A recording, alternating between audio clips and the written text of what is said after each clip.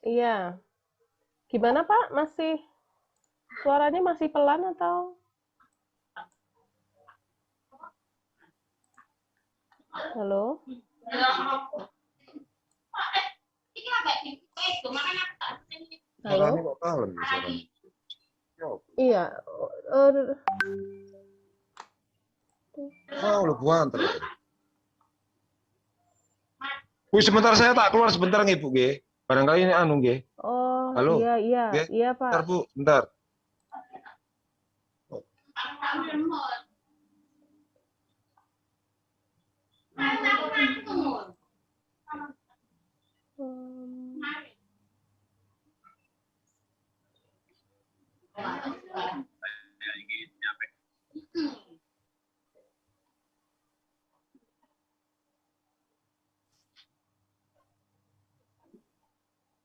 Ini haruskan kita ambil langkah yang lebih dan Halo? Iya, halo. Halo? Halo. Nggih, Bu. Iya. Nggih. Sudah Kok jelas kalem apa? sih suaranya? Ki apa? Masih pelan. Ya, HP sampean Pak Nabi. Mungkin Nggih. dicek Sebentar dulu. biasa ganti HP, Bu, ya. Iya, Bentar. iya. Bedanya ya? Bedanya ini. Bedanya ini. Jelas Suaranya kan kalem. suaranya. Ini. Oh.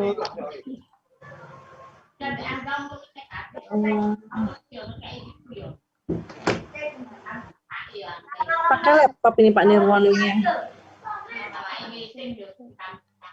Iya Bu. Kayaknya pakai HP. HP kecil bisa kelihatan.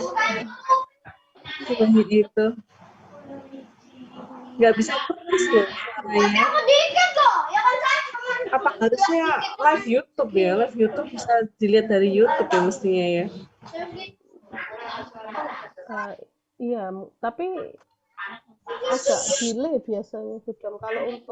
Kalau untuk paparan nggak masalah, kalau untuk tanya jawab agak susah ya.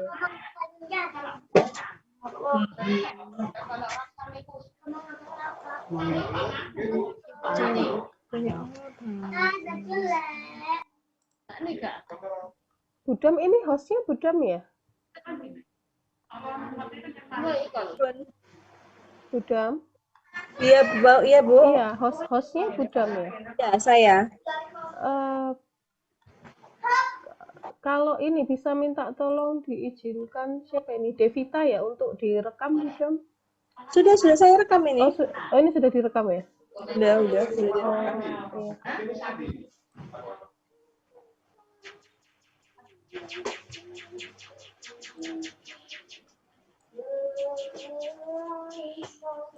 Ini gimana ya kalau nggak support di Pak Nirwononya ya? Iya.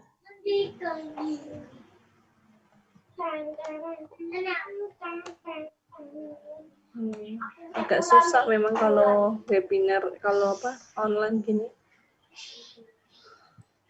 Loh, hilang Udah. Hilang. Yang ibu tadi juga hilang, yang penyuluhan sabun cair berarti. Masih ada? Masih? Masih. Cuma topik penyuluhan. Iya.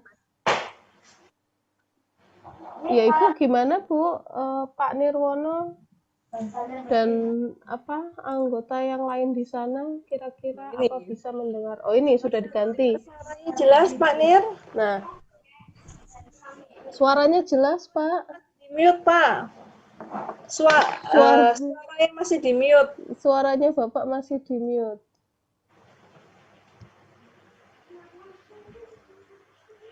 Masya Allah. Loh, ya sudah kumpul ya Pak ya. Nggih. Alhamdulillah. Nah.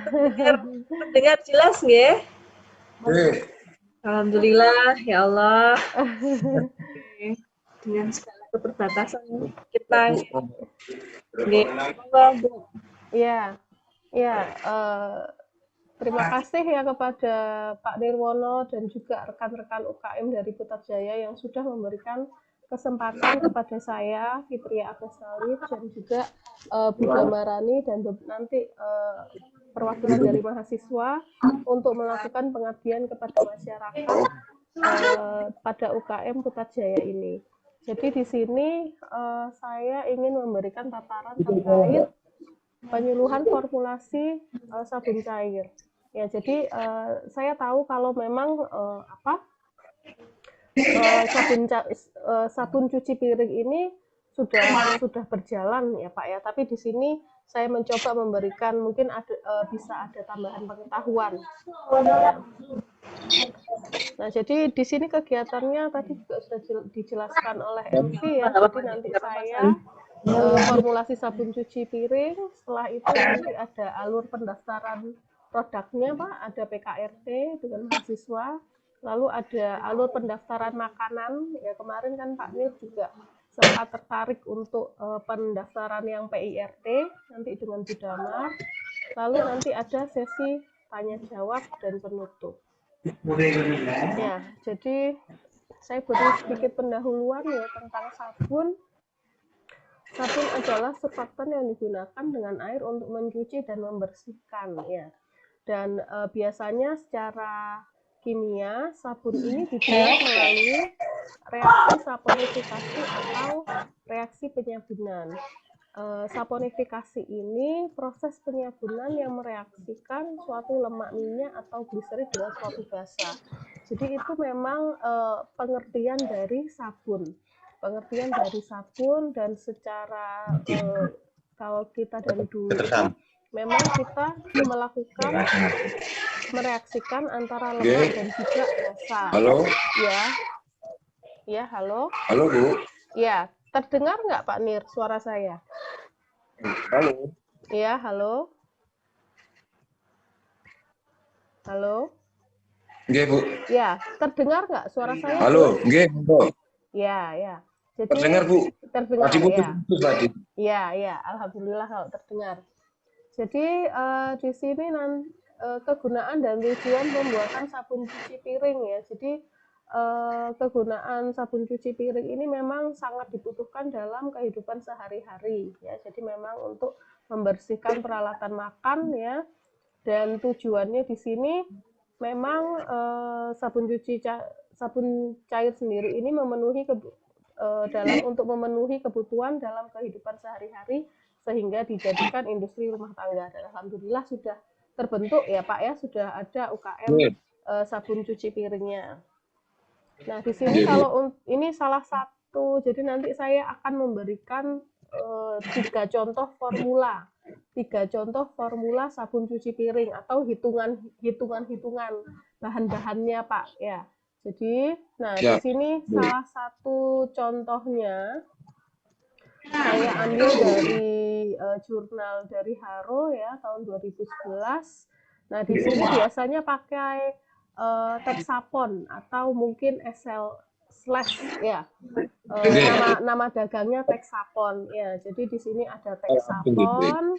Texapon itu sebagai surfaktan ya. Jadi memang dia bahan untuk sabun, lalu ada sodium sulfat, ada Na2SO4. Saya nggak tahu Pak Nir pakai nggak ya sodium sulfat? Biasanya surfaktan. Surfaktan. Ya, ini bisa juga untuk booster surfaktan, bisa juga sebagai pengental ya. Lalu nanti ada NaCl atau garam. Ada larutan garam ya. Jadi nanti dia bisa juga sebagai pengental. Terus tentu diberi parfum, warna, dan pelarutnya pakai aqua ya, pakai aqua gas.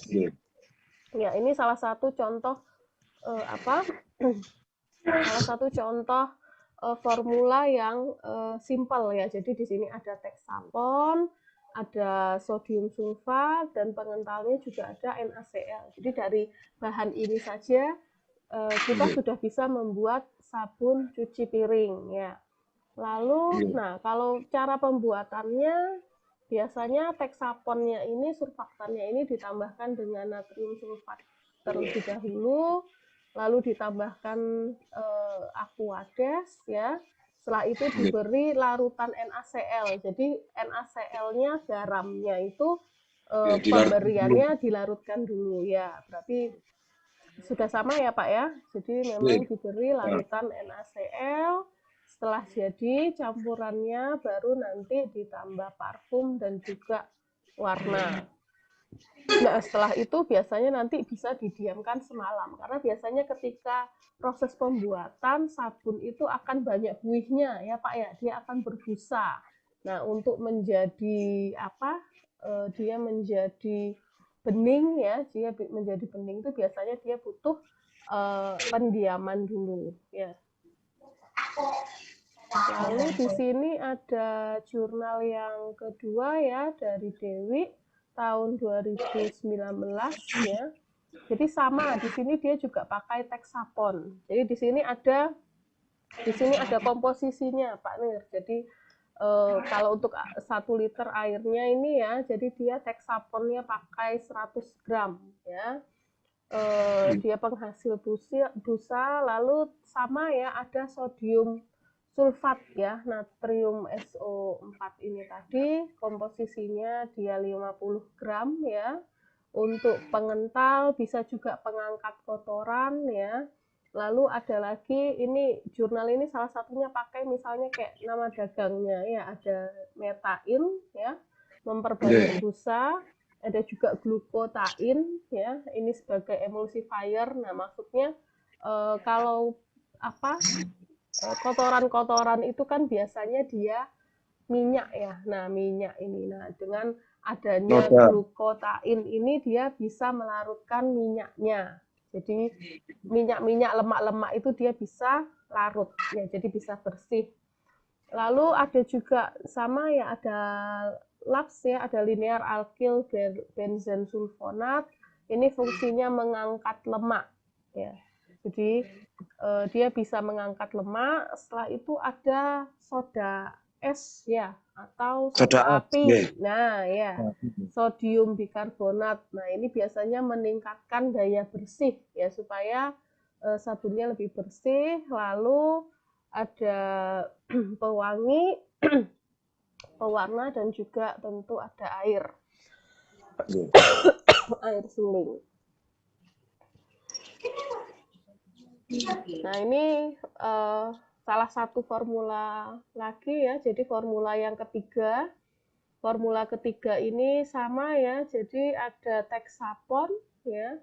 Jadi rata-rata memang pakai Texapon kalau sabun ini. Setelah itu masih ada juga sodium sulfat ya, pengental pengangkat kotoran. Nah di sini ada lagi Kamperlan, ini juga sepertinya nama dagang, jadi Kamperlan atau koko amit di etanol amin ya.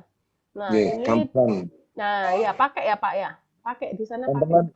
Kamperlan ini kan harus dihancurkan dulu Bu, kayak artis gitu Bu modelnya. Iya. Nah ya, jadi di sini salah satu contohnya pakai Kamperlan ya, penghasil busa. Nah, di sini ditambahi juga sama kokoa amin ya, atau mungkin istilahnya foam booster ya. Foam booster. Ya, pakai juga ya Pak ya. Foam booster pakai Bu, tapi ada bagian yang nggak pakai saya kalau misalnya untuk bikin apa namanya karbol itu kan kita pakai beda lagi jenisnya, ada tambahan lagi itu apa bahan baku lainnya lagi. Kemarin itu saya coba tanya teman-teman juga, ada yang mereka istilahnya yang dari provinsi Bu, Ari Suwarjo itu dia kan ada link saya sabun Indonesia itu saya kan juga belajar dari situ. Mereka mengarahkan pakai ini aja Pak, itu lebih ini apa, lebih apa ramah lingkungan gitu. Ada. Jadi, memang bahan bakunya ya, kita kalau ngomong harga jual yang jelas dengan perusahaan kalah Bu, karena kan bakunya ini kan kita belinya kan enggak langsung berapa ratus liter gitu kan, udah ya sedikit ya Pak ya, nggak skala industri ya. Tapi alhamdulillah bisa lah kita untuk kita, kalau harga 1 liter 10.000 itu kan masih bisa jual. Iya Pak, ya. Jadi di sini juga pakai foam booster ya, supaya busanya banyak ya. Jadi memang biasanya kalau untuk pemakaian di rumah tangga ya, ya ibu-ibu itu biasanya lebih suka kalau Busa, busanya ya. banyak ya. Kalau nggak Betul. berbusa itu kayak mungkin nggak bersih gitu ya, atau bagaimana Betul. ya. Jadi di sini bisa ditambahkan foam booster ya. Lalu Betul. sama ya, ada NaCl atau garam ya, dia bisa sebagai pengental. Setelah Ya, itu ini ditambahkan EDTA ya. Eta, nggih. Ya, pakai ya Pak ya, pakai ETA. Eta, cuma komposisinya kecil Bu kalau Kecil. etanya. Oh Nggih, ya. ya, Ya. pakainya kecil nggih. Ya, jadi di sini ada ETA ya. Fungsinya ETA di sini dia bisa mengikat logam. Jadi kan memang kadang-kadang itu airnya ya, air itu kan ada kadar logamnya yang tinggi sadah itu ya. Jadi ada kadar logamnya, ada Mg, ada Ca. Nah, kadang kalau misalnya memang airnya masih banyak logamnya, itu butuh ditambahkan EDTA ini, ETA. Lalu di sini, nah ini pakai gliserin ya. Jadi memang fungsinya melembutkan kulit ya, pakai gliserin. Terus ada, nggak kering kulitnya Bu. ya, ya biasanya ditambahkan gliserin. Lalu tentu ada parfum dan juga pewarna. Karena nggih. Ya. Nggih. Nah untuk pembuatannya, kalau di sini teks saponnya ini ditambahkan dulu sama Na sulfat ya 2/3. Setelah itu dilarutkan, ditambahkan air Aquades 600 ml. Setelah jadi campuran satu, setelah itu ditambahkan sisa Na sulfatnya, ditambahkan juga kamperlan. Kamperlan, Setelah kamperlan masuk, ditambahkan NaCl ya, larutan NaCl, lalu ditambah foam booster dan ya foam booster, ETA, baru yang terakhir kalau sudah baru ditambah pewarna dan gliserin. Jadi memang biasanya kalau untuk warna biasanya pakai warna apa Pak? Saya ini kalau warna itu ini Bu, sesuai tanya penunjukan kalau pipi piring itu biasanya kan warna kuning sama hijau Bu. Hijau, iya. Kuning sama hijau. Kan tergantung parfumnya Bu. Iya, tergantung parfumnya. Tergantung parfumnya. Tadi kalau parfumnya jeruk nipis ya kita pakai warna hijau gitu ya. Iya, kalau mungkin lemon gitu pakai warna kuning ya Pak ya. Warna kuning, Iya. Nggak pernah pakai warna lainnya. Kecuali kalau ini sabun cuci tangan, itu kita biasanya pakai warna biru Bu.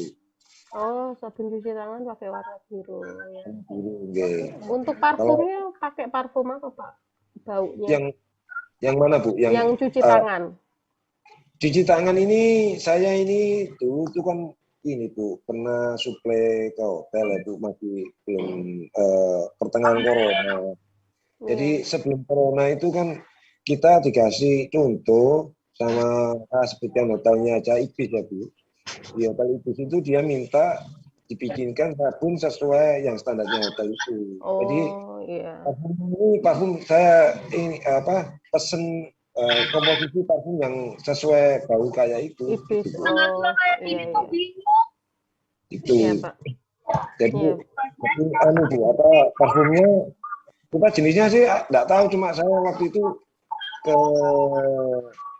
parfum saya minta dibikinkan parfum yang baunya kayak ini. Oh, iya. Jadi kalau biasanya hotel biasanya memang minta sesuai dengan punyanya mereka ya, standarnya mereka. Yang bintang 3 sih mungkin kita masih bisa Bu, istilahnya untuk persamaan parfumnya Bu. Kalau merujuk ke bintang 4, bintang 5 itu memang standarnya hotel itu parfumnya dia bawa sendiri Bu. Oh iya. Jadi memang kayak ciri khas dari hotel itu baunya seperti itu ya. Pak Shangri-La, Mercure itu parfumnya dia bawa sendiri. Jadi kita hanya ngolah aja Bu. Oh iya. Ngolahnya aja, parfumnya dari mereka. Jadi sama mau pesen parfum di sini, ya pasti bisa itu. Bu. Nggih. Pernah saya coba memang tidak bisa, Bu. Itu tukang parfum itu untuk meracik. Oh iya Pak. Parfum yang mirip lah setidaknya itu. Iya. Terus ini terakhir ya di sini ada persyaratan mutu SNI yang baru ya. Jadi tahun 2017 tentang deterjen cuci cair. Bagian 2 untuk alat dapur. Jadi memang kalau memang sabun cuci piringnya ini mau didaftarkan dan harus memenuhi SNI, yang terbaru SNI-nya ini tahun 2017. Jadi di sini ada 6 kriteria ya. Yang pertama dari pH, pH-nya persyaratannya 3 sampai 8. Lalu ada bahan tidak larut dalam air ya, maksimal 0,1. Total kadar surfaktan minimal 10. Berat jenis itu seperti yang kemarin ya Pak ya. Jadi kemarin saya sudah jelaskan yang pakai alat kayak apa gelas kaca yang kecil itu, ya itu syaratnya 1 sampai 1,5, ada daya biodegradasi minimal 60, dan ada cemaran mikroba, jadi maksimal 1 kali 10 pangkat 5 koloni. Jadi memang kalau untuk dari SNI persyaratannya seperti ini Pak. Jadi kalau memang ingin didaftarkan, saya rasa yang bisa Bapak lakukan sendiri di sana ya, di rumah di UKM sana, kemungkinan sih ya pH-nya sama, berat jenisnya. Jadi memang sama seperti yang kemarin. Ya, jadi itu kan memang pakainya alatnya juga nggak begitu mahal dan nggak begitu susah ya. Tapi kalau untuk persyaratan yang lain kayak bahan tidak larut dalam air, total kadar surfaktan dan lain-lain itu sepertinya memang harus mengujikan keluar mungkin ke lab ya. Jadi kalau kebutuhan pendaftaran produk ya dari saya itu saja. Tanya jawabnya nanti aja ya Pak ya di sesi tanya jawab ya, nanti ini biar bisa dilanjutkan untuk alur pendaftaran PKRT-nya ya. Ya, ini dari mahasiswa untuk Inayah.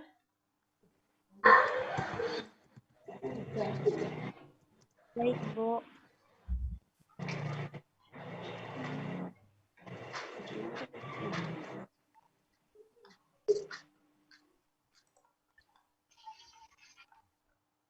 Iki cekak ngoceki. Iki yo pedangan iki gak ngoceki.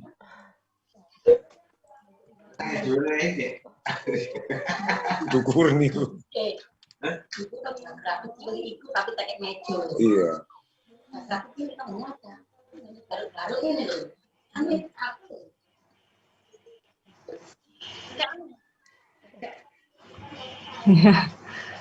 Sehat-sehat Bapak, Ibu. Alhamdulillah. Yang mau presentasi siapa, Bu Fit? Dari mahasiswa. Iya. Ininya PPT-nya bentar. Iya, Bu, ini. Anda bisa share screen nggak? Nggak bisa ya? Iya, Bu. Oh, udah bisa ya.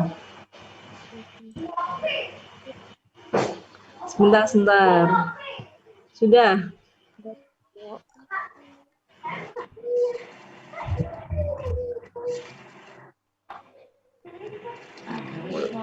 Kayak video.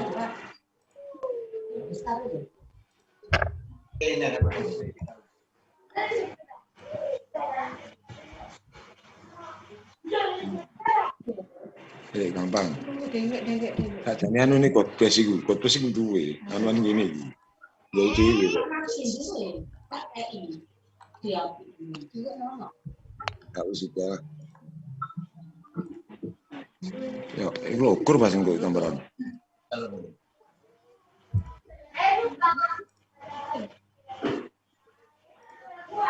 Sudah bisa share screen. Ina yang mau siapa Ina ya? Bu. Siapa? Ini masih proses. Bisa. Bisa kan? Bisa nggak?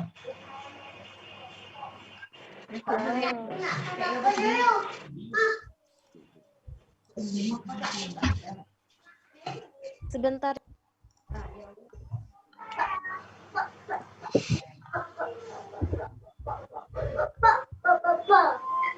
Yes.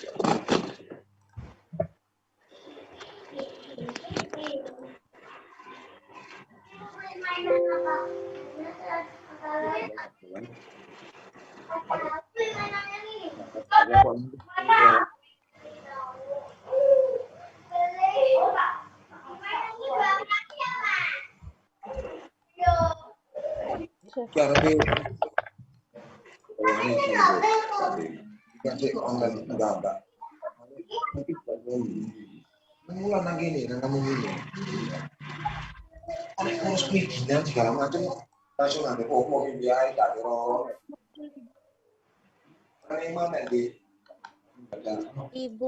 Ya. PPT-nya Boleh main ada. saya aja yang share ya? Mana Inaya? PPT-nya yang terakhir yang kemarin. Enggak. Ini saya Bu. Bisa nggak? Ini saya udah share screen. Nggak muncul ya, Bu? Nggak muncul. Tanya bisa. PPT-nya di mana? Saya aja yang ini Baik. kan. Ya, Yang terakhir itu ya, bukan? Iya ini Bu. Kak Safi udah ngirim di grup. Di Bentar. grup. Saya aja. Saya masih oh ini sama berarti. Open. Oke. Kalau dari Bu Fit bisa? Iya bisa Budam dari saya aja. Ini. Ya sudah.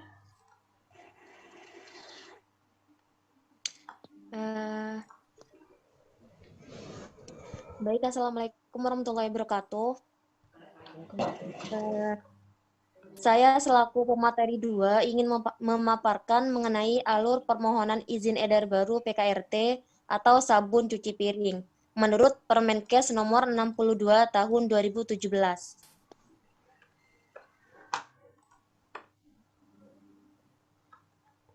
Alur pendaftaran permohonan izin edar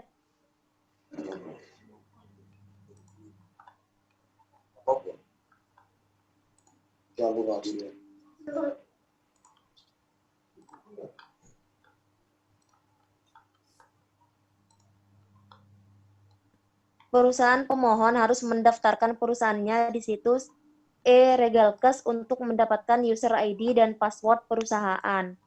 Alur untuk mendapatkan user ID di www.regalkes.depkes.go.id yaitu yang pertama masuk ke websitenya yaitu www.regalkes.depkes.go.id, lalu klik registrasi, kemudian isi formulir data perusahaan. Setelah diisi, kemudian akan muncul verifikasi sesuai. Lalu akan mendapatkan user ID dan password via email. Jika data yang dimasukkan tidak sesuai, maka akan muncul tampilan verifikasi tidak sesuai. Kemudian dilakukan perbaikan untuk mengenai datanya.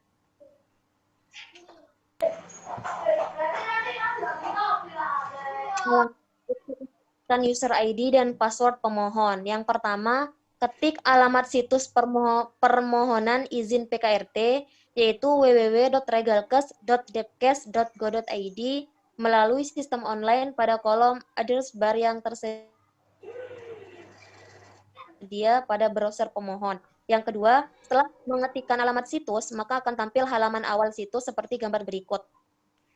Kurang lebih contohnya seperti ini, Bapak-bapak, Ibu-ibu.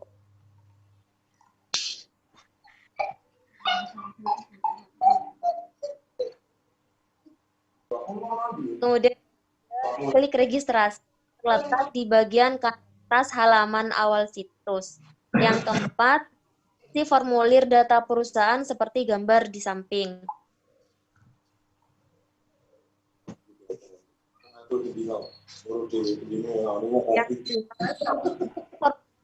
Perusahaan telah diisi dan telah diverifikasi petugas, maka pemohon akan mendapatkan user ID dan password melalui alamat email yang digunakan pada saat pendaftaran perusahaan baru. Jika hasil verifikasi data perusahaan belum selesai, maka pemohon akan mendapatkan email penolakan untuk dilakukan perbaikan. Yang terakhir, setelah mendapatkan user ID dan password, pemohon dapat mengajukan permohonan pendaftaran PKRT.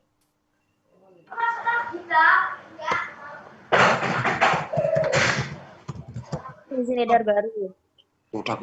Untuk persyaratannya itu dibagi menjadi dua, yaitu persyaratan administrasi dan teknis yang dilampirkan dalam beberapa persyaratan, yakni yang pertama data administrasi, yang kedua formulir AA atau formula dan prosedur pembuatan, yang ketiga formulir BB atau spesifikasi bahan baku dan wadah, yang keempat formulir CC atau spesifikasi dan stabilitas produk jadi, yang kelima formulir DD atau kegunaan dan contoh, yang keenam persyaratan khusus. Alur pendaftaran izin edar baru PKRT. Yang pertama pengajuan izin edar baru, kemudian verifikasi dokumen, lalu pembayaran PNBP melalui kode billing, kemudian evaluasi izin edar, lalu dilakukan pengecekan validitas data, kemudian penerbitan nomor izin edar. Mengisi formulir permohonan, formulir data administrasi, dan formulir AADD. Selama proses verifikasi, Dirjen Binfar dapat memberitahu penambahan atau penolakan kelengkapan berkas. Pemohon menentukan kelas risiko produk secara mandiri dan otomatis mendapatkan kode billing untuk pembayaran PNBP dan mengunggah bukti pembayaran. Lama proses evaluasinya itu sesuai dengan kelas PKRT, yakni ada 3. Kemudian pemohon harus memeriksa draft izin edar dan mengirimkan kembali hasil pemeriksaan dalam waktu 1 kali 24 jam.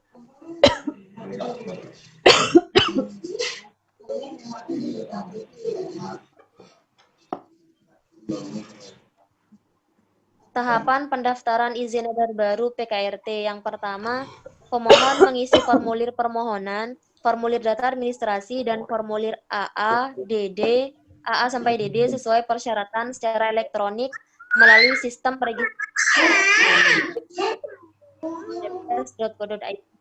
Yang kedua, pemohon melakukan kelas risiko produk secara mandiri dan otomatis mendapatkan kode billing untuk pembayaran PNBP. Yang ketiga, melakukan pembayaran PNBP dan mengunggah bukti pembayaran paling lambat 7 hari setelah mendapatkan kode billing. Kemudian permohonan dikirimkan ke admin PNBP melalui sistem registrasi elektronik. Yang keempat, PNBP melakukan verifikasi bukti pembayaran PNBP. Jika sudah sesuai, permohonan dikirim kepada tim penilai untuk dilakukan evaluasi.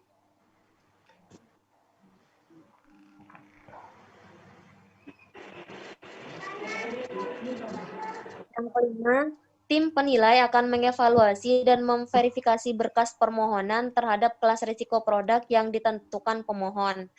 Yang keenam, setelah dilakukan evaluasi dan verifikasi terhadap berkas permohonan yang dinyatakan memenuhi persyaratan administrasi dan teknis, dibuat draft izin edar yang akan dikirimkan ke pemohon. Yang ketujuh, hasil evaluasi dan verifikasi tim penilai yang dinyatakan tidak lengkap akan dikirimkan ke pemohon dalam bentuk notifikasi melalui email perusahaan yang terdaftar atau akun pemohon pada situs www.regalkes.depkes.go.id. Pemohon diberi waktu paling lambat 10 hari dari tanggal notifikasi untuk melengkapi permohonan. Yang kedelapan, waktu evaluasi atau penilaian ulang tim penilai terhadap penambahan kelengkapan persyaratan keamanan, mutu, dan kemanfaatan adalah 10 hari. Dari kelas 1, 2, dan 3, sejak kelengkapan persyaratan diunggah dan dikirim ke tim penilai. Yang kesembilan, apabila pemohon tidak dapat melengkapi kekurangan persyaratan sesuai ketentuan di atas, maka akan dikeluarkan surat penolakan dan pemohon harus mengajukan permohonan baru. biaya PNBP tidak dapat dikembalikan untuk permohonan yang ditolak. Yang terakhir, pemohon menerima surat silakan yang telah ditandatangani secara digital dan dapat diakses melalui email dan akun pemohon di situs www.regalkes.depkes.go.id.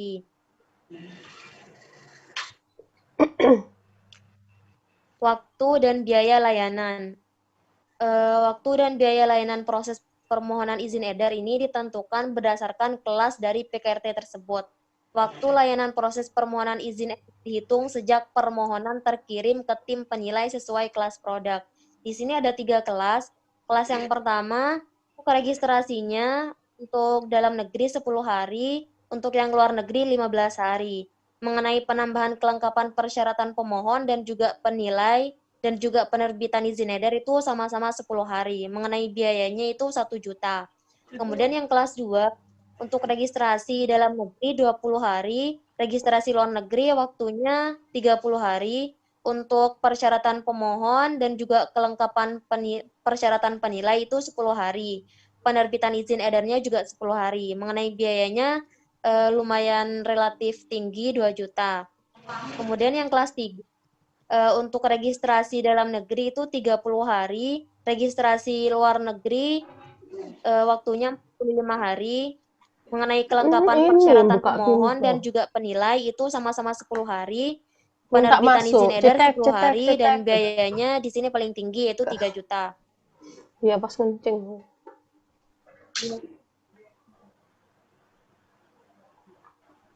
Persyaratan permohonan izin edar baru. Data administrasi di sini terdiri dari sertifikat produksi, yang kedua surat penunjukan sebagai distributor atau agen tunggal, yang ketiga sertifikat bebas jual, yang keempat sertifikat dan dokumen yang menyebutkan kesesuaian PKRT standar produk, yang kelima SIUP dan NPWP, 6 sertifikat merek, ketujuh surat pernyataan bersedia melepas keagenan, ke-8 surat pernyataan keaslian dokumen. Ambil banyu anget aja, enggak? Kemudian ada formulir A atau formula atau komponen dan prosedur pembuatan. Di sini untuk formulir AA-nya terdiri dari formula dan juga prosedur pembuatan singkat. Untuk yang formulir BB terdiri dari spesifikasi bahan baku dan wadah. Kemudian formulir CC terdiri dari spesifikasi dan prosedur pemeriksaan produk jadi dan juga stabilitas produk jadi dan batas kadaluarsa. Untuk yang formulir B terdiri dari tujuan penggunaan, petunjuk penggunaan, peringatan, perhatian, keterangan lain. Juga kode produksi dan penandaan atau labeling.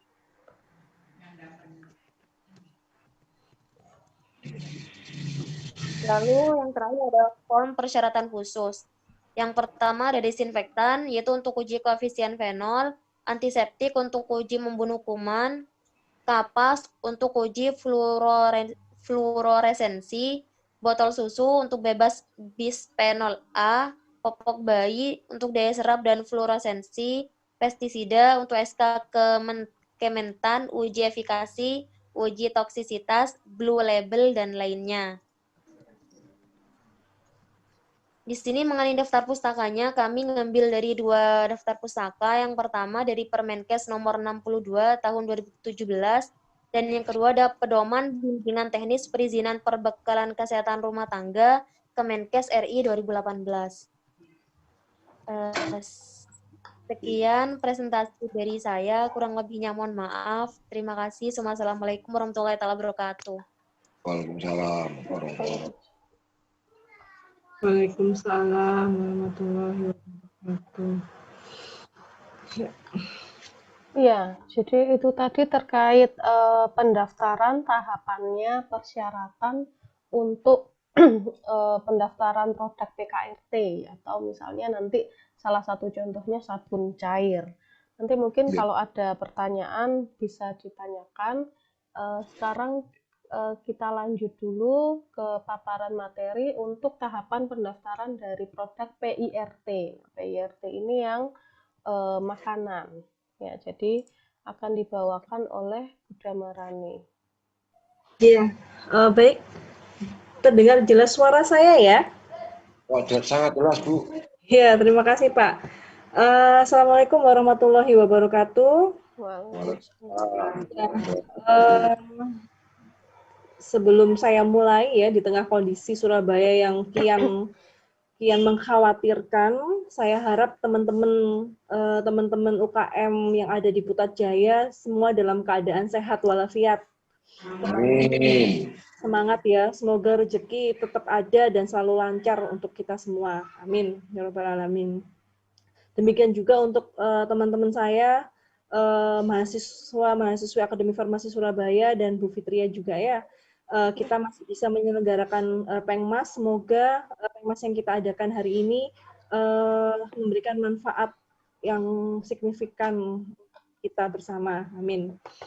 Nah, ini saya buat jelas, slide-nya jelas ya. Terlihat jelas Pak Nir dan teman-teman. Jelas, Bu.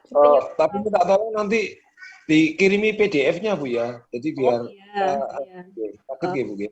Iya, jadi nanti mungkin begini. Jadi kalau misalkan dari Pengmas ini masih belum jelas, Pak Nir dan teman-teman, atau minta materi apa, mungkin kita bisa support ya. Kita cari yang lebih jelas lagi, atau lebih jelas kembali, nanti kita sampaikan ke Pak Nir begitu ya.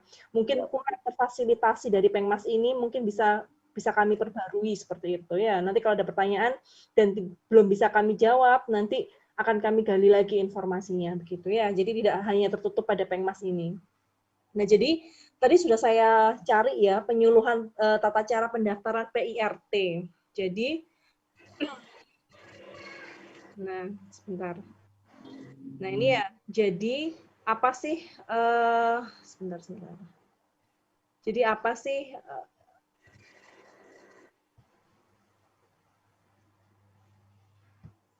ini ya. Jadi apa sih izin produk industri rumah tangga itu atau PIRT? PIRT itu adalah produksi industri rumah tangga.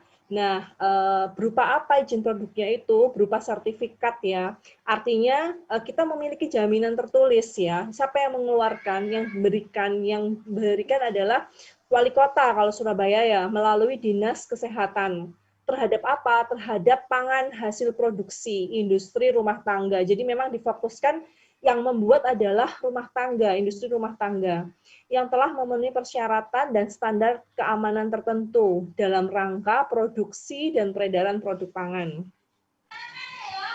Nah, deskripsinya apa? Jadi, ini merupakan izin jaminan usaha ketika kita memproduksi makanan dan minuman rumahan untuk dijual, ya, di mana dia memenuhi standar keamanan makanan dan izin edar produk pangan olahan yang memang diproduksi oleh UKM seperti jenengan ya, usaha kecil menengah ya, dan dipasarkan secara lokal.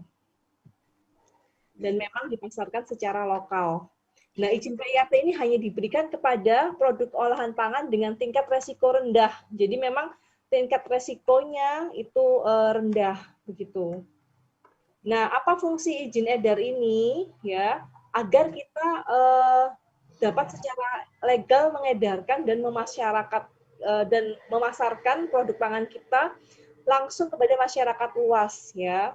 Nah, harapannya ketika kita mempunyai sertifikat ini, kita bisa mengedarkan produk itu dengan jalur distribusi yang lebih luas ya. Ini kan yang teman-teman ingin lakukan ya. Jadi kita bisa menitipkan produk kita itu ke toko modern yang ternama sehingga basis konsumen tetapnya itu menjadi lebih besar. Jadi memang harus punya surat izin edar sertifikat PIRT ini.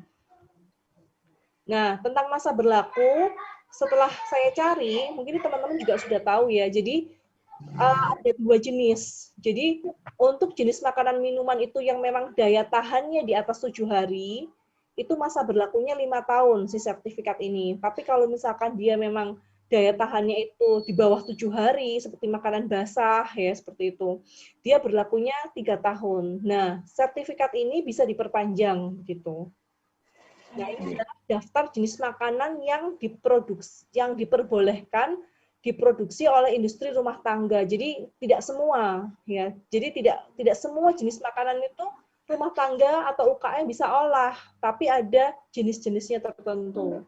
Ya, di sini contohnya hasil olahan daging, hasil olahan ikan kering, ada kategorinya. Hasil olahan unggas, sayur asin atau sayuran dikeringkan, keripik dan olahannya, olahan kelapa, tepung-tepung, jadi dari bahan yang asalnya dari tepung, kemudian ini dari minyak yang mengandung jenis minyak, selai, gula, kemudian jenis panganan yang berasal dari kopi, teh, coklat, kemudian aneka bumbu yang mengandung aneka bumbu, mengandung rempah, itu masih diperbolehkan untuk diproduksi ya, yang diperbolehkan untuk diproduksi atau diolah. Ini sudah ada listnya begitu. Nah kemudian ini adalah daftar jenis makanan yang tidak dapat diajukan sertifikat industri rumah tangga sebagai izin edar ya. Nah, melainkan harus berupa sertifikat pendaftaran pangan olahan, dan ini di BPOM bukan di Dinkes ya. Kalau kita ini PIRT itu izin edarnya itu di Dinkes. Produk apa saja? Produk susu, olahan susu ya, produk yang mengandung alkohol, makanan yang mengandung bahan tambahan pangan untuk memperpanjang masa kadaluarsa, produk yang dikemas dalam bentuk kaleng, produk pangan khusus dengan klaim tertentu, misalkan MPASI, makanan bayi, makanan untuk program diet, dan makanan untuk lansia. Jadi produk-produk kelima jenis produk ini tidak boleh sebenarnya kita buat industrinya dalam rumah tangga dan kita legalkan, nggak boleh, karena memang ini sebenarnya bukan ranah kita di UKM begitu. Nah, kemudian bagaimana prosedurnya? Mungkin hampir sama ya, tapi di sini saya tidak menerangkan rigid seperti Mbak Inayah tadi. Jadi, secara garis besar, prosedur standar untuk memperoleh sertifikat ini adalah kita mengajukan permohonan.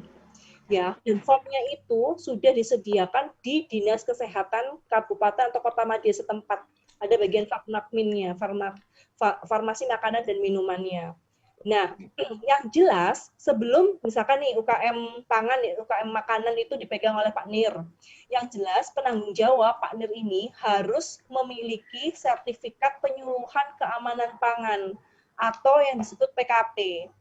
Jadi Dinkes itu sebelum jenengan itu mendaftarkan hasil industri rumah tangganya, jenengan diwajibkan untuk mengikuti penyuluhan. Ya, mengikuti penyuluhan keamanan pangan. Ini apakah jenengan sudah tahu sebelumnya Pak Nir tentang penyuluhan keamanan pangan? Kalau untuk penyuluhan keamanan pangan kita sudah ini. Nah, kapan hari dari Dinkes juga kita kan sebelum suplai di rumah sakit hotel asrama haji COVID itu kan juga dicek dari Dinkes juga tempat produknya, standarisasi itu kan harus ada. Kalau tempat masak itu kan harus ada cerobongnya Bu ya. Benar. Biar bisa ada sirkulasi lah sebenarnya. Jadi jenengan sebenarnya yang jadi masalah dalam perizinan makanan rumah tangga ini apa nggih Pak Nir? Kalau saya rasa sudah. Kalau makanan rumah tangga sih sebenarnya tidak ada masalah Bu. Tidak ada masalah kan. Cuman ini ada teman-teman lainnya yang mereka belum punya perizinan tapi sudah produksi. Oh iya, dari di pasar tradisional itu kan masih banyak di sini Bu. Harapan kita sebagai ya saya pembakti kampung kan kepingin warga ini punya legalitas semua. Ya betul. Hanya kan tidak hanya di pasar tradisional, bisa meningkat lagi di supermarket atau dimanapun lah, kayak hotel, supply hotel kan harus ada standarisasi. Betul, betul. Ya ini Pak. Ke depannya itu masyarakat lokalisasi ini ya betul gitu loh Bu. Jadi kalau punya legalitas itu kan tidak ada bukti bahwa kita ini usaha kecil. Berarti jenengan sewu yang ada tidak di salah satu UKM di Putrajaya ini, UKM makanan ini sudah memiliki sertifikat PIRT? Sudah Bu. Oh sudah. Oke. Tapi cuma pun sudah ada keluar ini Bu. Kasih halal. Kita itu yang belum keluar itu merek Bu. Izin merek. Oke, merek itu kan kita daftarkan, cuma sudah 3 tahun, kalau nggak 2 tahun itu belum keluar. Memang lama ya merek itu. Jadi, kalau sertifikat yang lainnya, insya Allah kalau makanan kita sudah tinggal merek aja Bu. Tapi sudah daftar ke Jakarta sana Bu. Mereknya itu. Iya. Tunggu, nggak tahu ya, karena kan mungkin ada kesamaan nama atau apa, itu kan dikembalikan lagi Bu. Harus nggak boleh lah istilahnya. Kalau ada yang kita daftarkan, ada yang mendahului.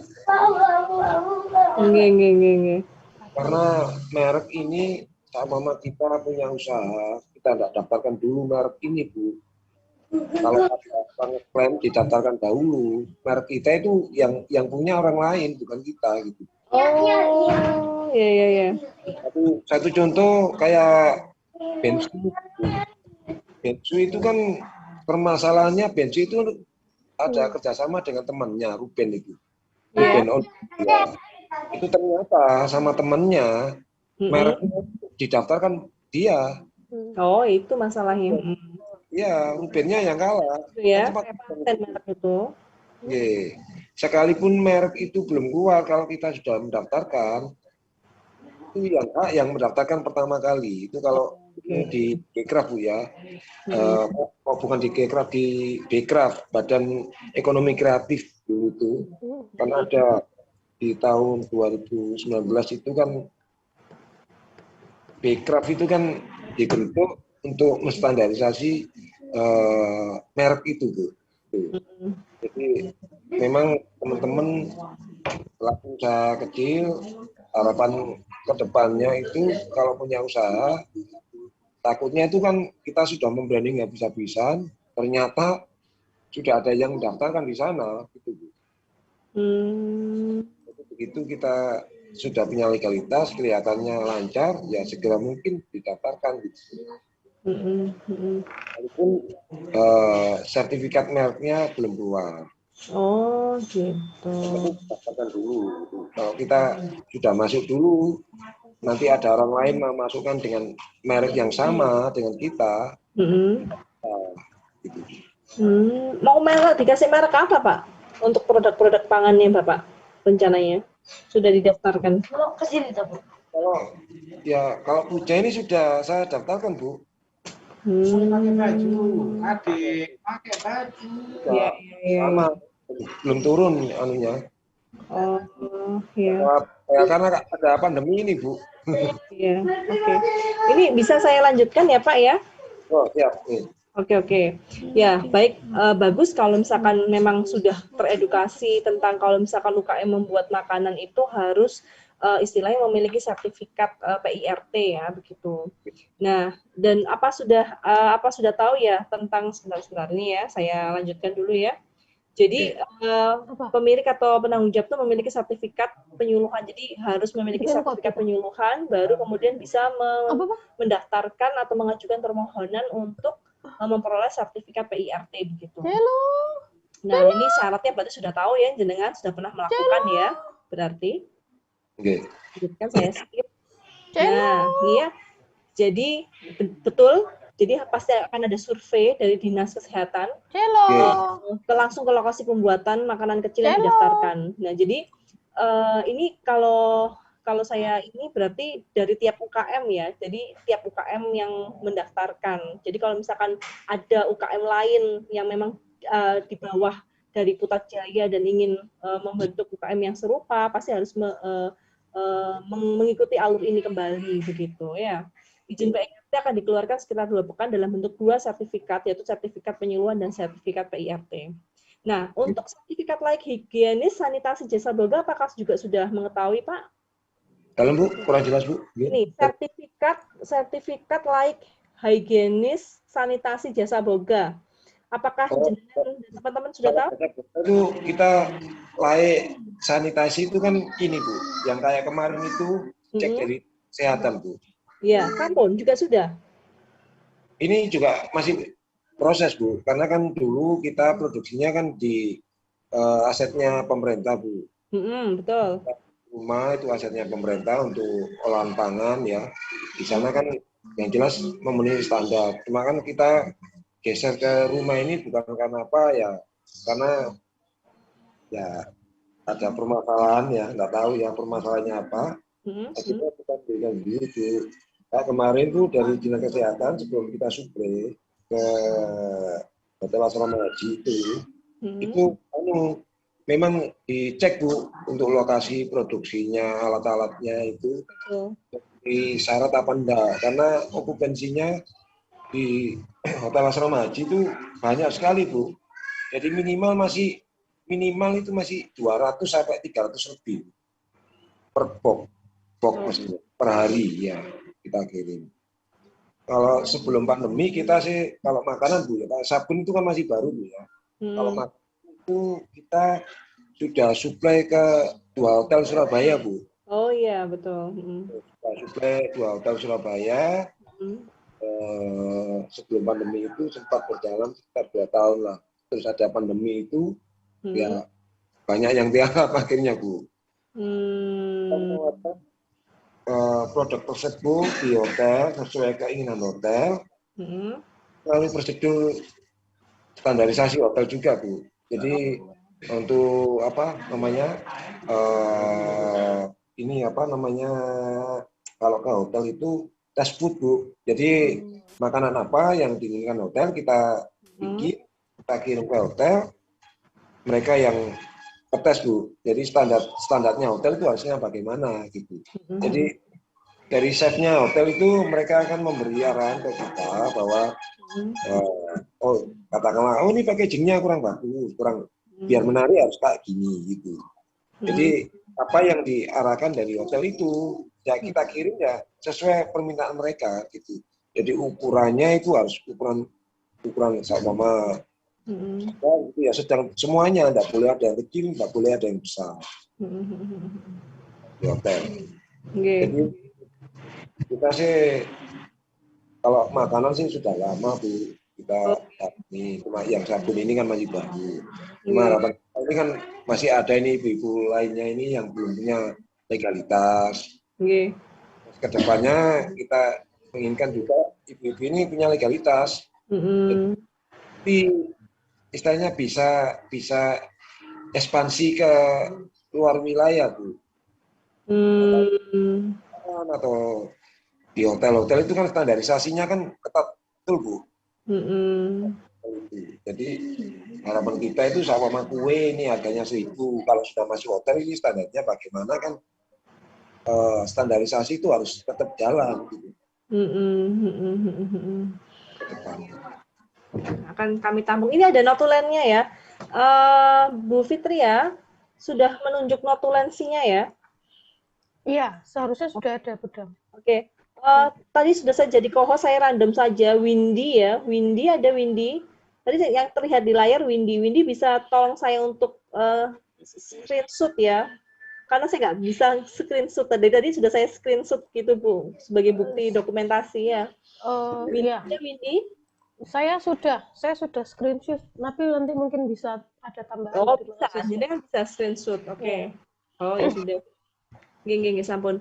Saya lanjutkan ya. Jadi sebenarnya juga sudah bagus ya UKM binaan Pak Nir ini, karena saya tanya tentang apakah sudah punya sertifikat PIRT, katanya sudah.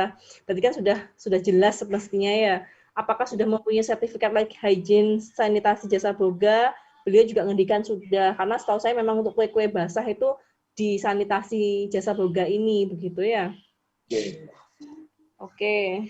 Cuman permasalahannya adalah bagaimana untuk ekspansi ya, mungkin ke toko modern seperti itu ya, yang memang persyaratannya lebih ketat Bu. Lebih ketat betul. Nah di sini itu Bu Damara, kalau menurut saya Bu, saya tuh pernah dulu dari Distab dapat PO juga untuk ngisi di Indomaret Bu. Oh iya ada. Nggak saya ambil karena sistemnya masih konsinyasi Bu. Iya. Risikonya kan sangat besar. Betul. Kalau itu kan sesuai PO, jadi sama PO keluar untuk besok 500 piece ya, 500 piece dibagi 2 jenis, katakanlah apa yang dimintai hotel.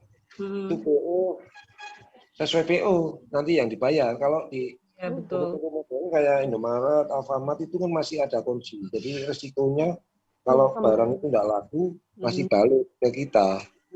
Memang kalau saya rasa ya, saya memang bukan orang ekonom ya, tapi saya rasa itu memang kalau misalkan usaha seperti ini bukan hanya dikuatkan dari segi produksinya saja. Jadi misalkan kita sudah melengkapi dengan sertifikat ya, kita sudah melengkapi proses produksinya, kita sudah benar.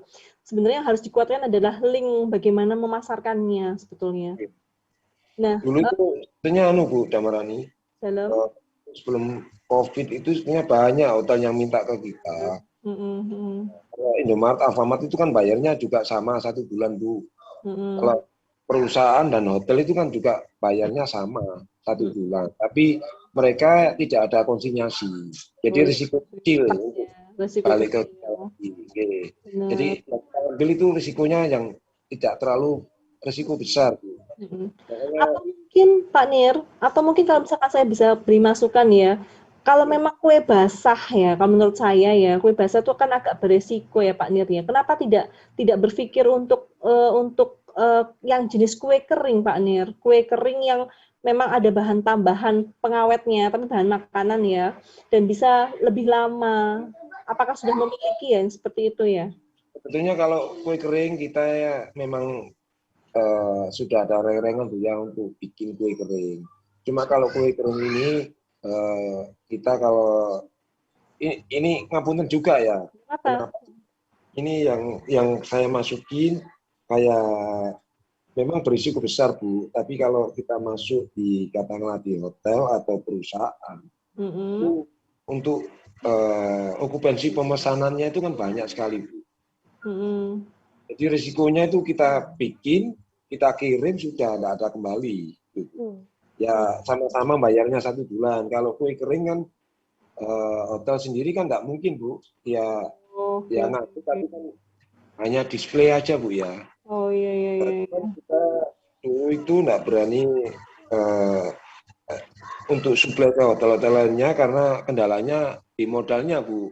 Iya betul. Modalnya itu kan harus double ya.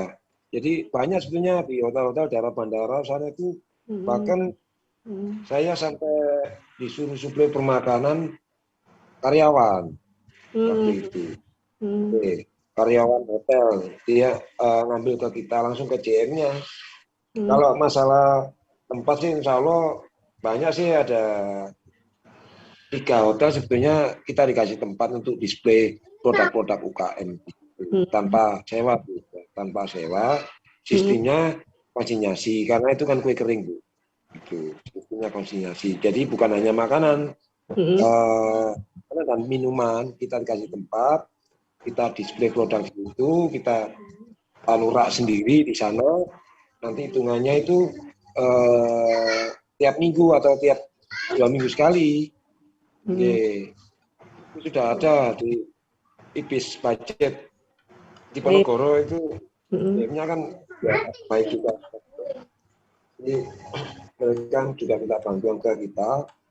Maka sekarang ini di Hotel Varna itu kan hotel-hotel semua ini lagi sepi semua Bu. Iya betul.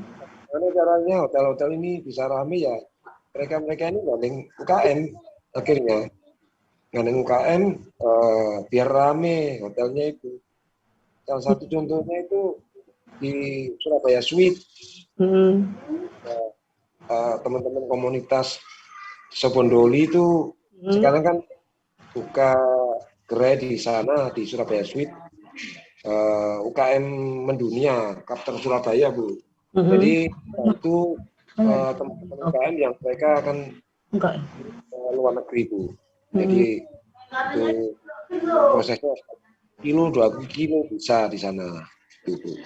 Di Varna juga sepi, akhirnya teman-teman komunitas ini ngomong juga, mereka juga berusaha bagaimana caranya teman-teman yang tergabung ini, tapi ya harus sabar juga Bu ya, karena ini posisi pandemi, pemasaran itu tidak kayak sebelum pandemi memang Bu. Iya Bu, iya Pak. Oke. Ya memang kompleks ya Ibu Fitria ya, jadi Ya memang kompleks ya. Jadi ya memang problemnya kompleks ya karena COVID ini ya. Semestinya kalau saya melihat Pak Nir ini juga sudah tahu sih kisi-kisinya harus bagaimana. Juga banyak juga yang memberikan penyuluhan dan pendampingan juga. Memang saya rasa juga sudah cukup banyak untuk UKM di Putrajaya ini ya, khususnya yang bidang makanan ya. Ya, ini karena Bu, udah merani, punten juga. Apa namanya? Dari BPIP juga sempat di-cancel acaranya, Bu. Mereka akan membantu kita untuk membranding kampung.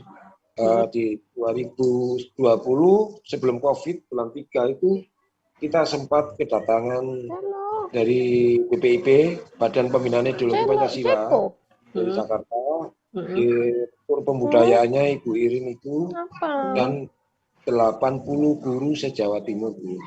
Jadi waktu mereka bikin agenda acara nanti tiap 3 bulan mereka akan support ke kampung itu. Kampung ini untuk dijadikan kampung destinasi wisata, edukasi dan ekonomi kreatif. Pandemi ini, nah Desember kemarin juga mau datang juga, akhirnya cancel lagi. Kita juga bingung waktu ini acara ini kita semua gitu. Iya Pak ya. Kalau misalkan misal ya, saya kok jadi kepikiran kayak misalkan ide bikin kayak minuman serbuk gitu, enggak pernah terpikir seperti itu Pak? Kalau minuman ya harapan kita ini kan sebetulnya saya serahkan lagi sama ibu-ibu. Kita support aja untuk pemasarannya, nanti kita bantu teman-teman komunitas ini, karena kan kita juga ada reseller juga Bu di Kalimantan itu. Reseller? Dalam? Reseller untuk apa? Makanan Bu, bumbu Bu. Jadi kalau nantinya ibu-ibu di sini punya kreasi produk lagi lainnya, harapan kita kan bisa kita tawarkan juga.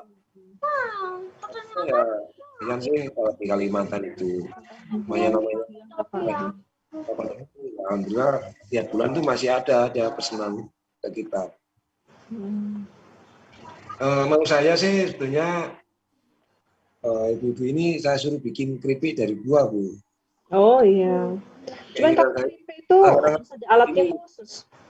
Kalau keripik buah ini sebetulnya sasarannya sebetulnya tidak hanya sekedar satu jenis buah Bu ya. Buah apa waktu itu murah ya itulah yang diproduksi. Karena kalau keripik buah ini kan jarang tuh ya, ada tapi jarang ya. Malang itu. Iya Pak. Saya ini jarang. Iya. Ini saya jadi mau melanjutkan tentang sanitasi jasa boga ini jadi mikir 2 kali ya Pak. Akhirnya sudah paham ya. Saya lanjutkan saja ya Pak ya, sementara ya. Jadi nggak apa-apa ya Pak ya? Monggo. Oke, ya betul. Jadi ini saya tekankan kembali. Jadi mungkin untuk beberapa UKM yang sudah memiliki sertifikat, ya memang PR-nya adalah bagaimana cara membuat inovasi ya, atau menemukan jalan keluar untuk kerjasama yang lebih istilahnya lebih bisa memungkinkan di tengah pandemi ini. Namun untuk yang belum pun, jadi UKM yang istilahnya baru, berarti kan juga kalau memang membuat UKM yang baru loh ya, itu harus memiliki sertifikat like hygiene sanitasi jasa boga bila memang memproduksi makanan jenis basah ya, yang tahan 7 hari begitu. Untuk persyaratan UKM itu apakah ada persyaratan jumlah pesertanya, Pak Nil? Anggotanya? Iya. Kalau anggota itu sebenarnya tidak, minimal itu masih 3 loh, Bu. 3 atau 4 orang. Oh, minimal. Maksimal? Minimal antara 3 sampai 4 orang. Untuk maksimalnya? Maksimalnya tidak terbatas ya. Oh, tidak terbatas. Kalau maksimalnya banyak kan otomatis produksinya besar juga, Bu. Iya, betul. Oh, berarti kan ini maksud saya ibu-ibu ini kan bisa diberdayakan dalam satu UKM saja kan berarti ya. Tidak perlu berupa, ini juga saya juga belajar banyak dari sini ya. Maksudnya tidak perlu membuat UKM yang beberapa jenis UKM ya, Pak ya. Jadi bisa satu UKM saja begitu ya. Jadi bisa dibikin dibentuk baru, satu kelompok baru. Betul. ini punya produksi apa, dijadikan satu di situ, di branding jadi satu, nanti bisa lah nanti sama Akademi Farmasi mau jadi istilahnya apa? Bu angkatnya di sini, Bu. Barangkali punya binaan di sini gitu, Bu. Bisa, Bu. Iya, iya. Monggo. Jadi kalau biar saya omongin ke ibu-ibu ini. Karena rencana sih sebenarnya kalau COVID ini tidak besar lagi, kita ada pelatihan juga untuk budidaya maggot, Bu. Oh iya. Oke. Saya tahu maggot. Oke, maggot itu dan ini apa ayam KUB. Ceko kesini. Ayam yang minta makan. ayam Jawa dan ayam besar kok ayamnya mirip ayam Jawa, Bu. Tapi makanannya mereka dari kan banyak sisa makanan di kampung itu. Gak boleh deh budidaya isalwa. Kan nggak perlu kita beli makanan, bisa sisa makanan ini untuk makanan maggot. Nanti maggotnya diolah lagi, ditambahi untuk jadi makanan ayam. Kayak Bapak ini potong gitu. Hanya untuk biaya pakannya. Karena di daerah-daerah itu kalau saya sudah survei itu peternak-peternak ayam itu kan kebanyakan mereka kerepotan jatuhnya itu kan dipakannya ternak itu, Bu. Makanya peternak ayam itu sekarang banyak yang modifikasi, dia bikin budidaya maggot, Bu. Halo? Halo? Iya, Pak. Iya. Iya, Pak, monggo. Oke, jadi maggot ini sebenarnya tinggal tambahannya enggak banyak untuk ini apa? Kotoran ayamnya ini kan bisa dimakan, dikasihkan ke maggot. Nanti jadi apa namanya? Jadi larva. Larva diolah dikasih dedek, tetap mengeluarkan biaya tapi enggak banyak. Bisa untuk makan ayamnya tadi itu. Jadi tanggungan bisa muter di situ aja. Kasih pakan, Bu. Rencana saya itu tentunya dari Dinas Ketahanan Pangan Pertanian, Bu, bidang peternakan yang mau mengadakan sosialisasi pendampingan untuk budidaya maggot tersebut, Bu. Berhubung ini coronanya semakin membesar, akhirnya dinas sendiri ya juga kebingungan juga. Untuk lahan sebenarnya sudah siap, Bu, sudah lahan untuk budidaya tersebut, tinggal eksekusinya aja, Bu. Oke, Pak. Oke. Ya, terima kasih sharingnya, Pak. Nanti mungkin bisa kami catat ya untuk pengmas selanjutnya ya. Jadi kami fasilitasi insya Allah. Saya lanjutkan ya untuk yang jasa boga ini. Saya menyelesaikan paparan saya.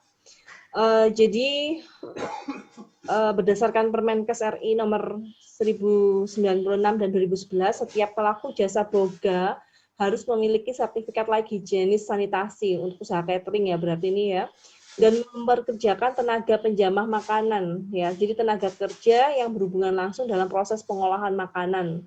Nah, artinya ketika kita memiliki dua sertifikat ini, diharapkan pelaku usaha bisa meyakinkan calon pelanggan yang lebih besar.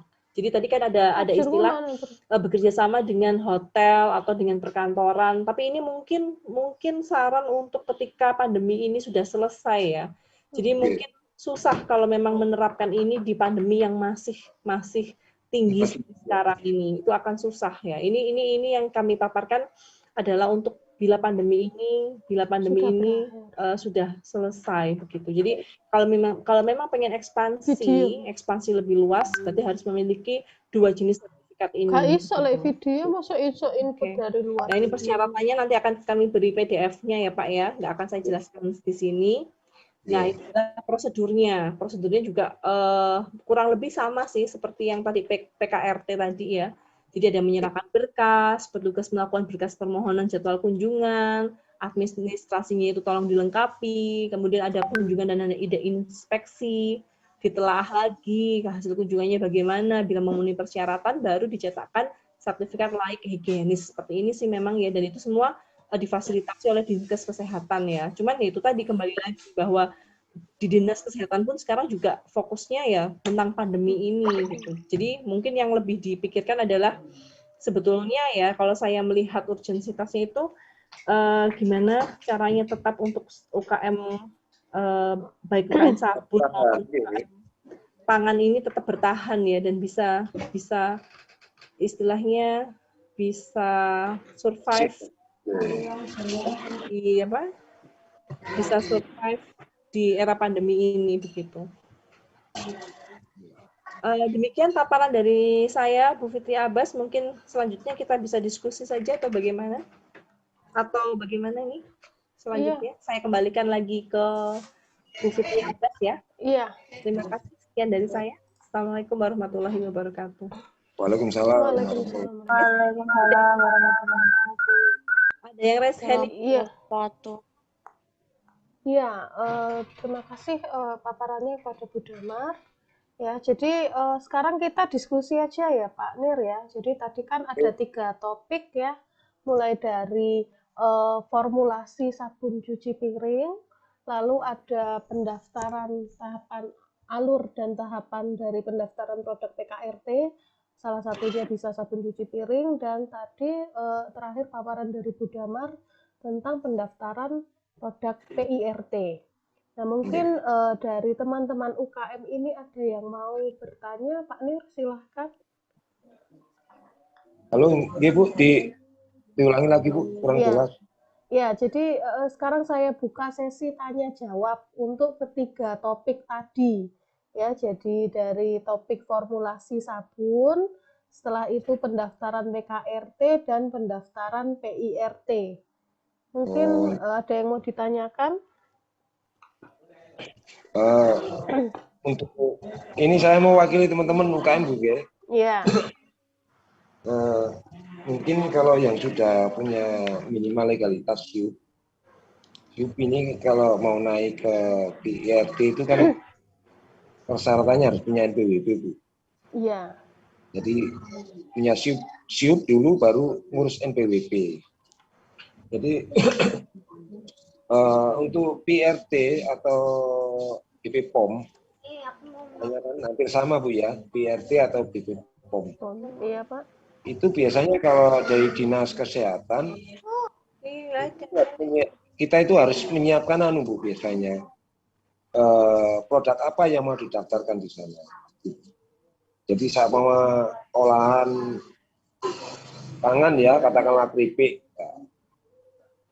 Kayak katakanlah tepung itu tidak boleh kita beli yang curah untuk daftar pertama itu Bu. Nanti dicek itu kita tuh harus beli boleh curah asalkan yang ada barcode-nya supermarket. Iya, yang ada mereknya begitu ya Pak. Halo, nggih? Nggih, Pak. Iya Pak. Iya, jadi kayak harus ada mereknya gitu ya Pak ya. Jadi mereknya ya. Iya. Jadi mereknya kecuali bahan pangan yang belum diolah Bu. Kalau yang sudah diolah itu harus.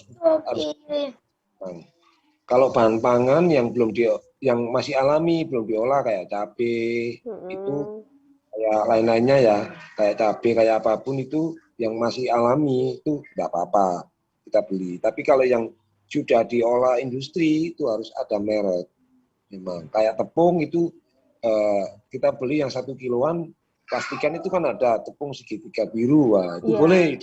Nanti persyaratan tersebut untuk sarana pendamping dikala dicek dari Dinas Kesehatan.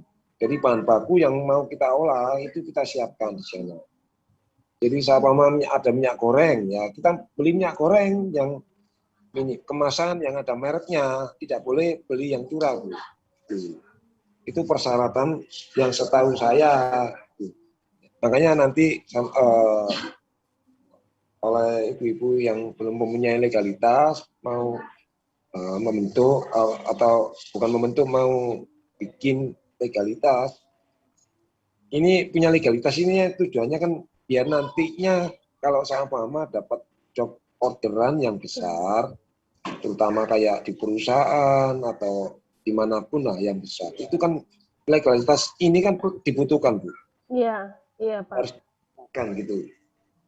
Iya.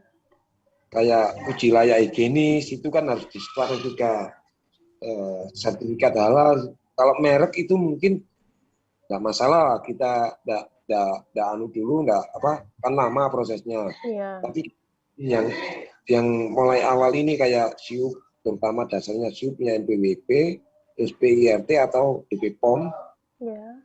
dan sertifikat halal. Jadi kalau makanan tuh, kalau yang jenis kayak kimia, kayak sabun itu memang harus punya izin edar, Bu. Jadi kita sendiri tuh nggak berani mengeluarkan jualan produk sabun ini terang-terangan titip di toko. Ya toko pasar itu nggak berani karena kita nggak punya edar.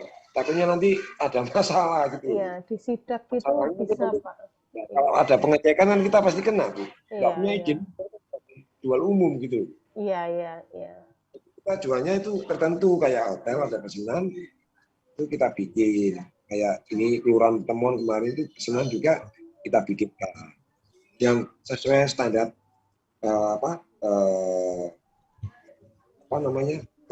standarisasi yang mereka yang selama ini kita lakukan. Jadi kita nggak berani keluar dari pakemnya komposisi untuk bikin aneka sabun ini, Bu. Kecuali parfum ya, Bu ya. Kalau parfum pH-nya memang standar pH-nya itu kalau nggak salah memang 8, Bu. Iya. Minimal pH itu kalau nggak salah itu 6,5 pH-nya itu. Itu kan tertentu ya, jenis sabun tertentu ada pH-pH yang khusus itu. Apalagi yang kalau sabun kecantikan itu izinnya lebih rumit lagi gitu. Iya, Pak. Iya. Jadi ini memang terkendala pertama dari legalitas ya, Pak ya. Jadi kayak SIUP ya. Setelah itu nanti NPWP. Kalau untuk SIUP ya kayaknya ya memang butuh KTP, terus biasanya memang butuh NPWP. Kalau NPWP kan mau buat paling nggak ini nanti dibuat grup dulu, misalnya mau diberi nama UKM apa, mau membuat apa. Setelah itu nanti kan bisa kalau NPWP ke ke kantor pajak ya, Pak ya, bisa ke kantor pajak ya. Mungkin kalau misalnya takut nanti pajaknya bagaimana, kayaknya konsultasi juga bisa kok, Pak. Jadi memang kalau misalnya kita punya NPWP itu, tapi misalnya usahanya belum jalan, itu juga nanti untuk laporan pajaknya istilahnya ada istilah nihil. Jadi nggak harus, kalau memang nggak ada pemasukan, misalnya kita nggak mengeluarkan barang, kita nggak dapat uang ya, berarti nanti memang laporannya kosong, nihil, Pak. Jadi memang di pajak juga ada seperti itu. Jadi memang kalau memang misalnya takut, oh nanti kalau punya NPWP berarti harus bayar pajak terus tiap bulan ya. Nah, tapi kalau misal memang tidak ada misalnya tidak ada pemasukan, ya itu nanti kita tidak membayar pajak. Jadi tidak itu pun Bu, kalau di Ditjen Pajak itu ada standarnya, Bu. Kalau UKM itu pajaknya kena berapa? 2,5 kalau nggak salah itu. 2,5% ya, biasanya 2,5% dari omset ya. Omset, jadi dapatnya berapa? Karena ada batasannya. Kalau kita bentuk UKM kan beda dengan pajak pribadi istilahnya. Kalau saya bekerja, saya dapat gaji katakanlah 4 juta sekian gitu ya. Itu laporannya masih 0 kan. Kena pajaknya itu kan batasannya kalau nggak salah sekarang itu ada perubahan 7 juta, Bu. Dulu tuh 5 juta. Iya. 7 juta sampai berapa itu berapa persen. Terus batasannya sendiri itu. UKM juga sama. Jadi sama omset kita 1 bulan katakanlah 10 juta. Ini kan hitungnya omset kotor, dikurangi biaya produksi, bayari ibu-ibu pekerjanya, kan kelihatan di situ. Setahu saya kalau kita kita koordinasi dengan orang pajak itu mereka ya sebetulnya sih dari Dirjen Pajaknya juga dari Dinas Pajaknya sebenarnya bisa melakukan sosialisasi. Harapan kita itu kan soalnya gini Bu, masyarakat awam ini kan kadang-kadang kebingungan Bu. Saya punya NPWP nanti tiap bulan saya harus bayar. Nah, iya. Tentu itu Bu, enggak. Iya. Tidak tentu harus bayar karena kan dilihat batasannya tadi. Iya, tergantung juga omset yang didapat. Omsetnya. Iya. Ya nanti kan berarti kan istilahnya sekarang juga Pak Nir sudah tahu ya, maksudnya orang sudah mengerti juga terkait masalah perpajakan. Jadi kan berarti nanti untuk SIUP ini ya berarti harus mendaftarkan NPWP dulu, punya NPWP, terus nanti dulu Bu, ya. SIUP dulu apa Bu? Sekarang SIUP itu gampang Bu. SIUP itu gampang ya Pak ya? Ya. Online Bu, langsung online. Iya. Boleh atau kita daftarkan di kecamatan. Kalau dulu itu sebelum COVID itu sempat saya daftarkan ibu-ibu ini kalau nggak salah itu 24 UMKM baru. 24 UMKM. 24 UMKM baru ini ya kita bertahap ngajaknya ke Disdak waktu itu. Jadi ada 10 orang saya ajak ke sana. Belum COVID itu dulu. Iya. Lanjutan dari dinas nanti dinas itu kan biasanya punya binaan sendiri ya. Jadi kalau baru itu biasanya ada binaan. Tapi kadang-kadang dinas itu juga repot Bu. Kalau mau bina itu biasanya UKM-UKM yang sudah jadi itu. Kalau UKM yang belum kelihatan itu malah dia tuh kayaknya nggak mau risiko. Kalau menurut saya ini lebih baik ya kalau yang belum berkembang ini tidak mau bina, katakanlah untuk pendampingan, kan kapan bisa berkembangnya Bu? Iya, justru yang baru ini yang harus dibina, jadi kan biasanya memang belum tahu tahapannya, belum tahu jalan. Teman-teman UKM di wilayah Kota Jayadoli ini banyak yang curhat juga sama saya, Pak, saya itu juga warga Indonesia. Ya. Kenapa sih pemerintah itu kok bina itu selalu UKM-UKM yang sudah berkembang? Saya itu juga kepingin maju, Pak. Gitu. Apakah saya ini nggak punya hak? Mereka itu sampai ngomong gitu. Jadi kalau ada butuhnya, katakanlah ada event baru, diobrak-obrak suruh keluar. Makanya kita ini fokusnya, sebenarnya kita nggak ada aja event, nggak masalah. Ya, ya risikonya juga tinggi, ya nek laku nek enggak kan risikonya juga ke kita sendiri Bu. Iya. Kalau saya pandangan saya lebih baik saya kuatkan di pemasarannya Bu.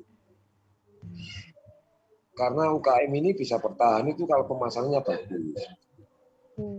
Kalau hanya sekedar produksi itu insya Allah teman-teman ini bisa kalau produksi kan berat, makanan ringan dan minuman bisa.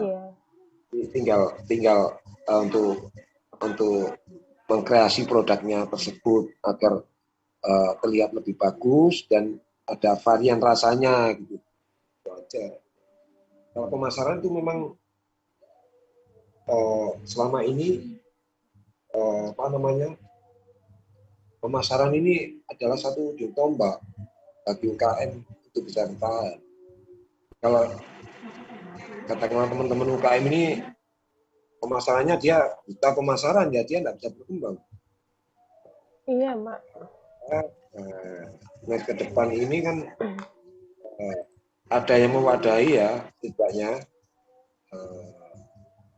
teman-teman komunitas juga tentunya juga di sini tidak punya kantor juga Bu, karena mereka ini kan memang benar-benar real sosial, jadi mau tidak mau ya kalau mereka ada tempat di sini, setidaknya ada tempat katakanlah untuk display produk tersebut dan dibantu pemasaran online-nya, kalau bisa jalan, karena UKM ini kan tidak mungkin ya ibu-ibu ini produksi sama jualan, harus ada yang jualan sendiri, harus ada yang tenaga pemasaran sendiri. Gitu. Iya, Pak.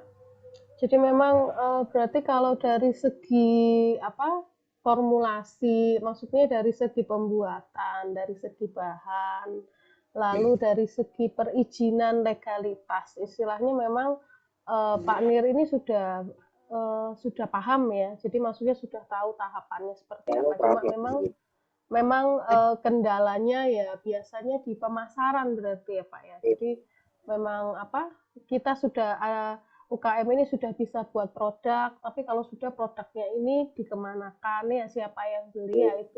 Mau dijual di mana? Nah, iya. Itu kan kebanyakan kan gini tuh, orang membentuk satu kelompok UMKM.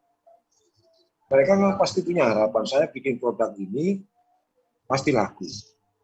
Dari keyakinan itu, orang itu harus yakin ya bikin produk itu. Ternyata setelah bikin produk, kebingungan juga untuk penjualannya, pemasarannya. Jadi depan ya barangkali teman-teman lainnya kayak dari akademi farmasi atau lain-lainnya itu fokus pelatihan itu sebenarnya pelatihan itu kalau menurut saya pelatihan pemasaran. Oh, jadi memang kedepannya yang dibutuhkan mungkin strategi pemasaran ya. Pemasarannya bagaimana atau dibikinkan website sendiri. Ini kalau cara masukkan online-nya tuh kayak gini biar menarik. Iya. Kayak mungkin jenengan kalau buka ya di nasi kotak atau kue kotak Surabaya itu pasti yang keluar Barbara Snack Box dan catering itu punya saya Bu. Oh iya Pak. Barbara. Jangan kan? Oke. Iya. Itu pasti nomor 1 di situ. Ya, itu ya kita dibantu teman-teman juga oleh tenaga pemasaran online biar orang cari itu langsung punyaan kita yang nomor 1 itu. Oh iya memang ada triknya biasanya gitu tuh Pak. Iya.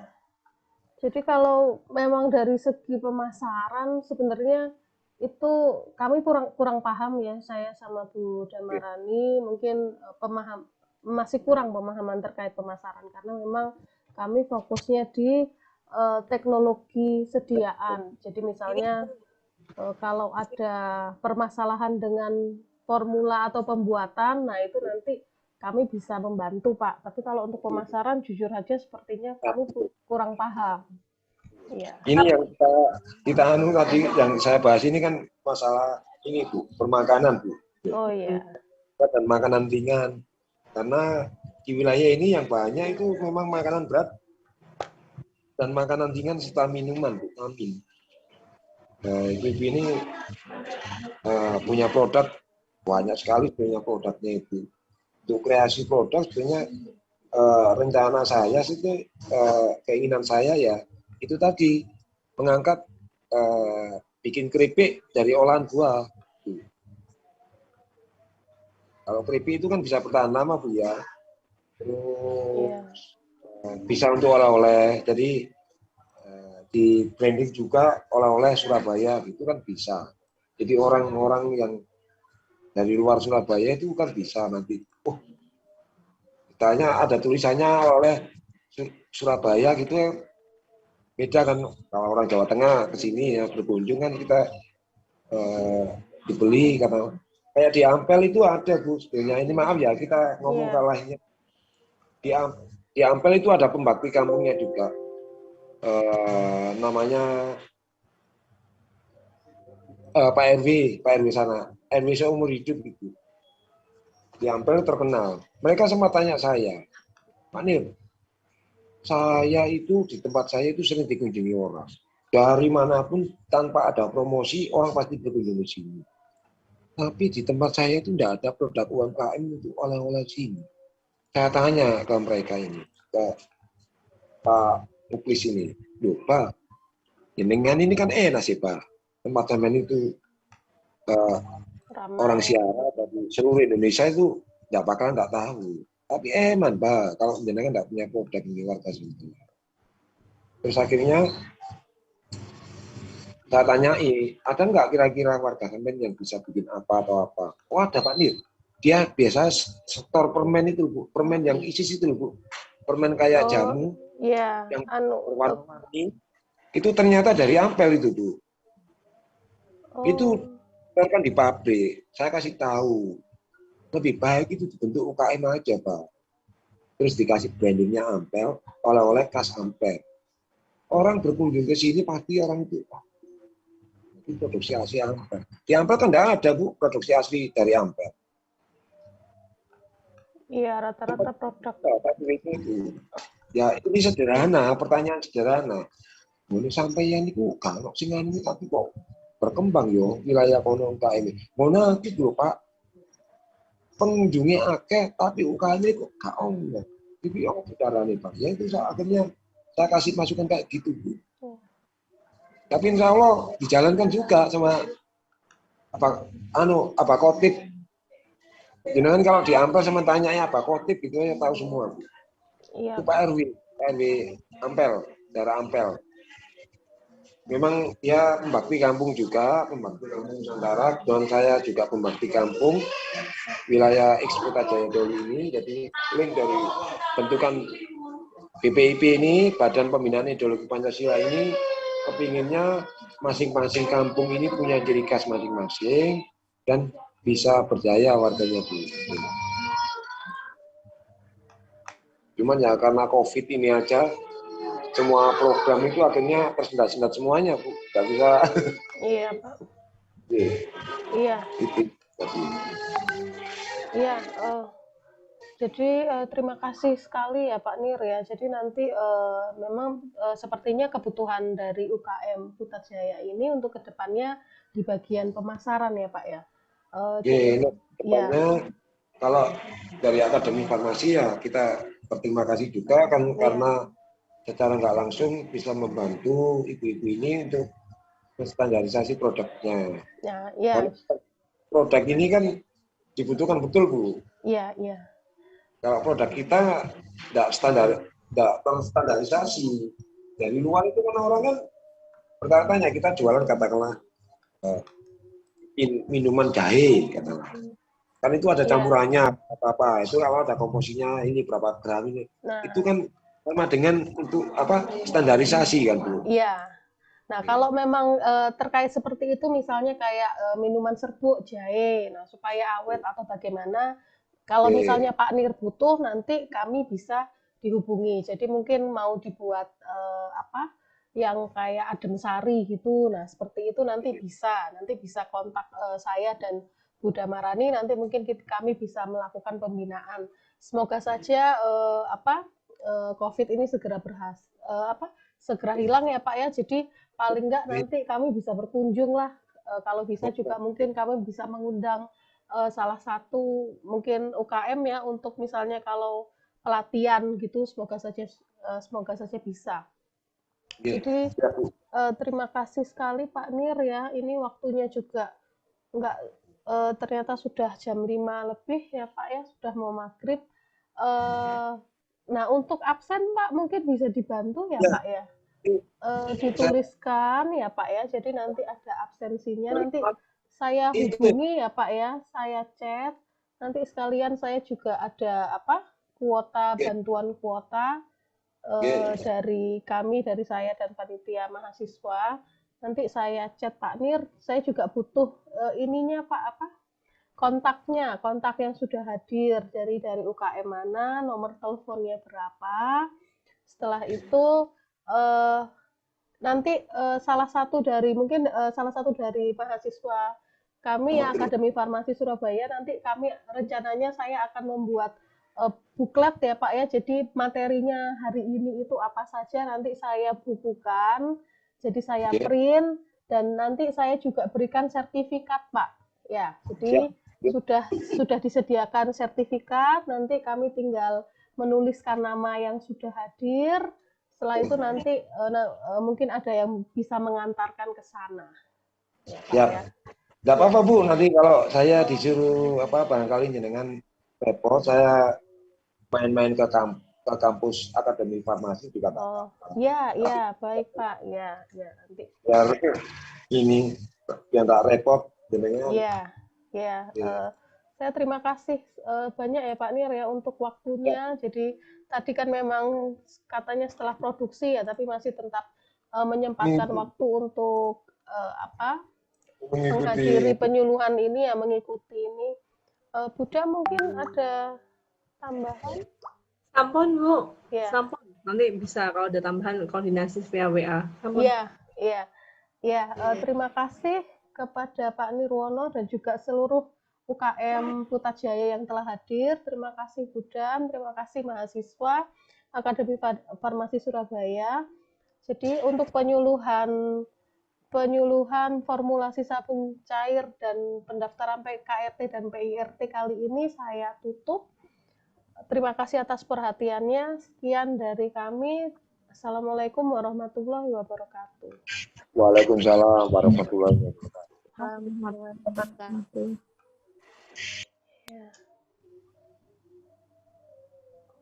Terima kasih Pak Nir, teman-teman. Ya, terima kasih Buddha.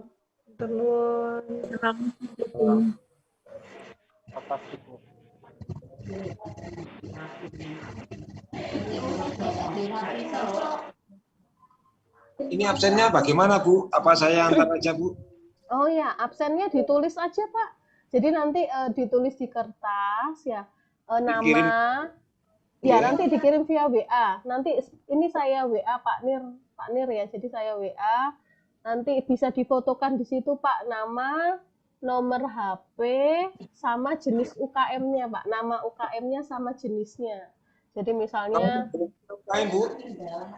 nama UKM, misalnya ada namanya Pak, UKM apa, terus produknya. Jadi yang dijual Pak, jadi misalnya sabun cuci piring atau makanan basah. Nah, ya itu. Siap. Ya. Basah minuman ya Bu. Nah, minuman juga bisa. Ya. Oke. Kami sampai itu.